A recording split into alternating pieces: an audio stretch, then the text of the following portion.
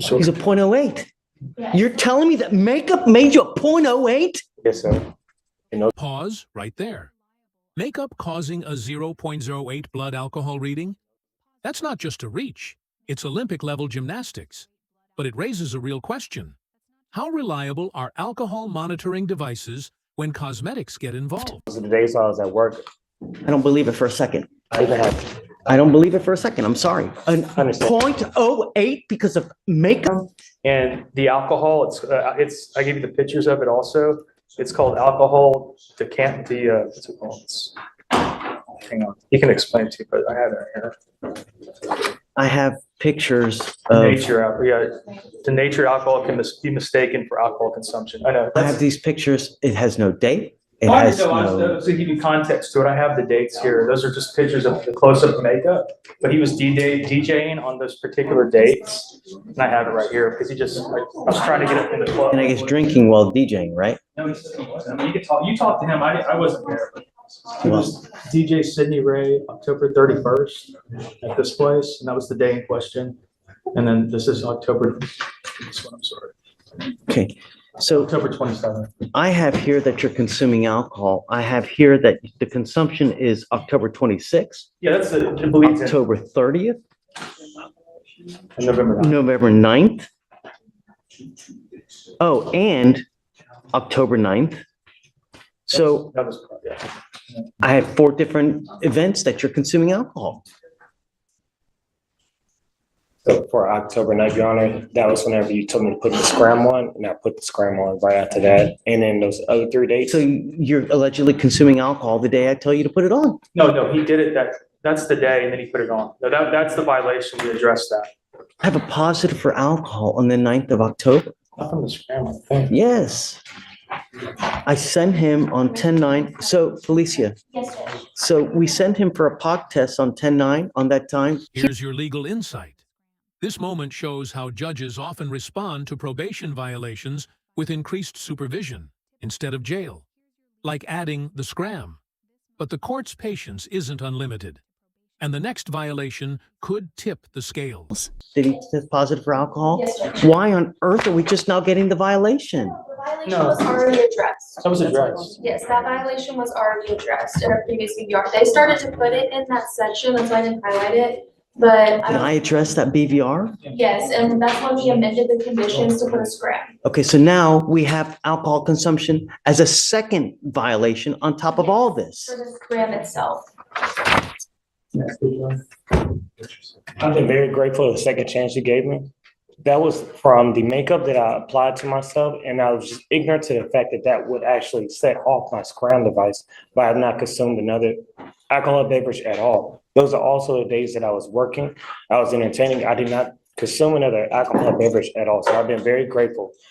I'm not stupid. I wouldn't consume another alcoholic beverage after you put the SCRAM device. in the Mr. cell. Burrows, I told you at every single stage of this game, do not put anything into your body that could be positive for alcohol. It is your responsibility to know what you can and cannot use. You're old enough to know that actions have consequences. Yes, And sir. here we are. I've already let you go one time with a positive for alcohol. When I told you not to consume, you literally tested positive on the day that we sent you for the test. And now we have another 3 positives for alcohol. I don't think that's all. That's the other parts, yeah, but the first part, that's not, he didn't test positive. He tested positive 10/9. No, that was.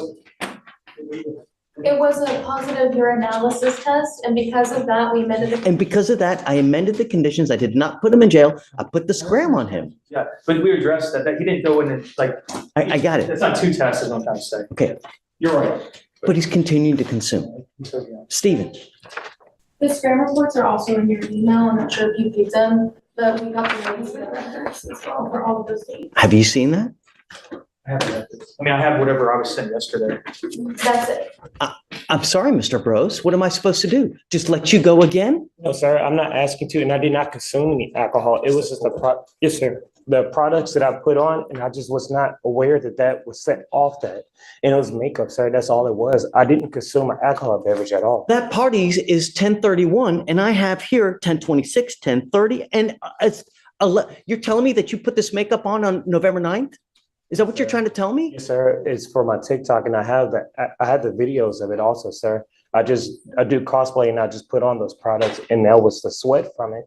I had no idea that that would actually get inside my blood system and and set that off. You have levels?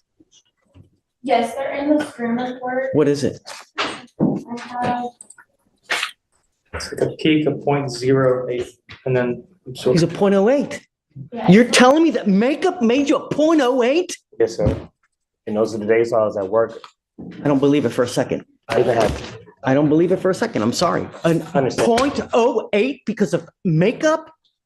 Yes, sir. I understand. I promise you I have not consumed alcohol at all. I'm sorry, dude. I understand. That's it. Yes, sir. I understand. With you?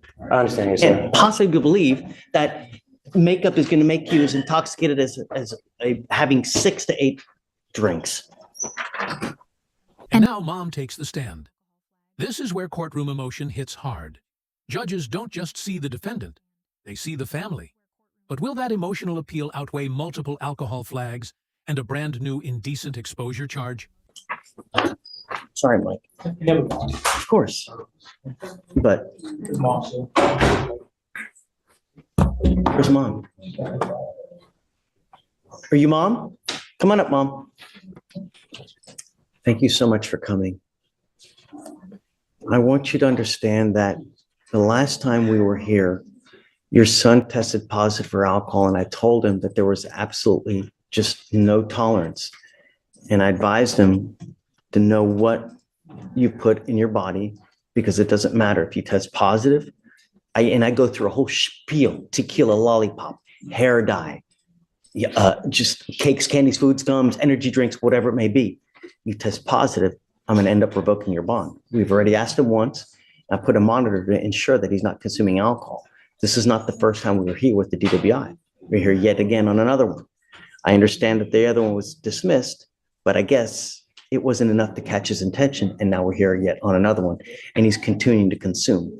And it's not just once, it's not twice, it's not thrice, it continues to happen. So as a result, I have to show him that we mean business. And as a result, I have to put him in custody. I've been on him, and I know hasn't been drinking, but, I can argue, but, I know he hasn't drank. He has to know that you're on bond for a very serious case. We've asked you and told you not to use anything that has alcohol in it. And I cannot believe that makeup will cause you to be a 0.08. That's literally the legal limit, 0.08. That's usually someone consuming, a typical drink is around 0.02. So to get to a 0.08 in whatever, based on time frame and everybody's different, but it's a lot. So I'm sorry, man. That's why we put him in. Mike, I'll set the bond at 5,000. I don't know, what's it at now? Okay, I'll set it at 5,000 too, so it's not. And then we'll see, How are you, Mr. Justice? Well, you picked up another case, man. Shh. You now stand charged with indecent exposure. Yes. On November 13th, 2024, at the Harris County Sheriff's Office Jail, the complainant, a detention officer, witnessed the defendant pull his pants down, grab his erect penis, and look directly at the complainant as he moved his hand in an up and down motion while holding onto his penis. The defendant was restrained and placed in a separate cell, and when he was brought back, he exhibited aggressive behavior and threatening behavior to the complainant. Who's the complaining witness? A detention officer, Sure. Just give me a last name. Last name is Castellano. Okay. Female? Female, yes. Okay. Mr. Justice, I'm going to order you as a condition, or as a condition of your bond, not to have any contact with this detention officer whatsoever. Do you understand? I'm going to sign a court order. I don't know how we're going to do this, Stephen, how do you They might have to just move them off the floor where this detention officer is normally assigned to. Okay, because I don't want you to have any contact and I don't want you to engage in this behavior again. I don't want to have to put you in ag-seg. Do you know what that is? Yeah, that's where you're literally by yourself 23 hours a day.